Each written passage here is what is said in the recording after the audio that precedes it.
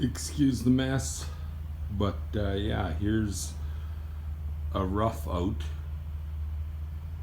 that I started for a little fishing bear. He's sitting, it's going to be looking like he's sitting on a stone later on. But yeah, this is where it begins. And yes, there's sawdust everywhere and little pieces of cut off wood all over the place. So yeah, there it is. A little bit of a video.